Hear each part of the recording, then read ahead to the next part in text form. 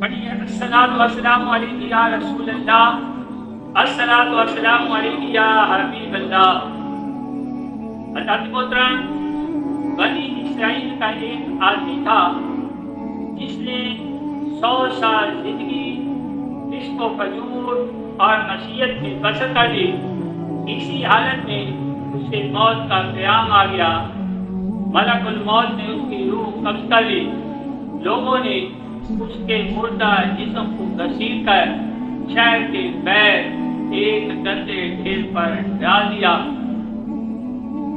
اللہ تعالیٰ کی طرف سے جبریل امین علیہ السلام حضرت موسیٰ علیہ السلام کی خدمت میں حاضر ہوئے اور عرض کیا، اے کلیم اللہ، اللہ تعالیٰ نے آپ کو سلام کہا ہے اور آپ کو حکم دیا ہے کہ میرا ایک دوست کا انتقال ہو گیا۔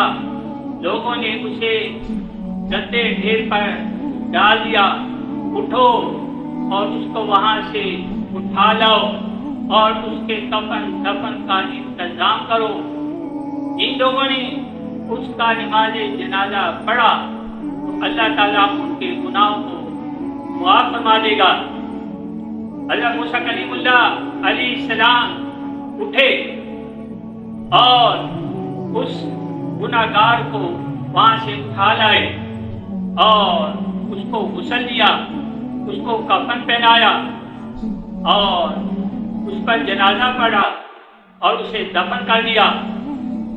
پھر حضرت موسیٰ کلیم اللہ علیہ السلام نے بارگاہ الہی میں عرض کیا، مولا، وہ شخص تو بڑا مجرم تھا، اس نے 100 سال زندگی تیری نافرمانی میں بسر کر دی۔ بارگاہ الہی سے جواب آیا، اے پیارے موسیٰ، وہ واقعی گناہ گار تھا، مگر اس نے ایک دن جو ہے قرآن کھولی اور میرے محبوب کا نامی پڑھا، دیکھا تو محبت سے اس کو چوم لیا۔ مجھے اس کی یہ ادا بڑی پسند آ گئی تو میں نے اس کے 100 سال کے گناہ جو ہے معاف کر دیے اور اسے مقربین میں داخل کر لیا۔ نامی نبی ہے، نامی نبی کی بات نہ پوچھو، منگتے خالی ہاتھ نہ لوٹے، اتنی ملی رات نہ پوچھو۔ ان کا کرم ہے، ان کے کرم کی بات نہ پوچھو۔ حضرات محترم، بنی اسرائیل کا 100 سال کا گناہ گار شخص جس نے جو ہے نام مصطفیٰ صلی اللہ علیہ وسلم کی تعظیم کی تو بخشا دیا۔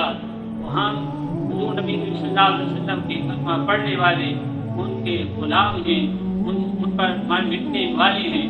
اللہ تعالیٰ ان کے صدقے ہمارے گناہوں کو معاف فرمائے گا اور ہمیں جنت عطا فرمائے گا۔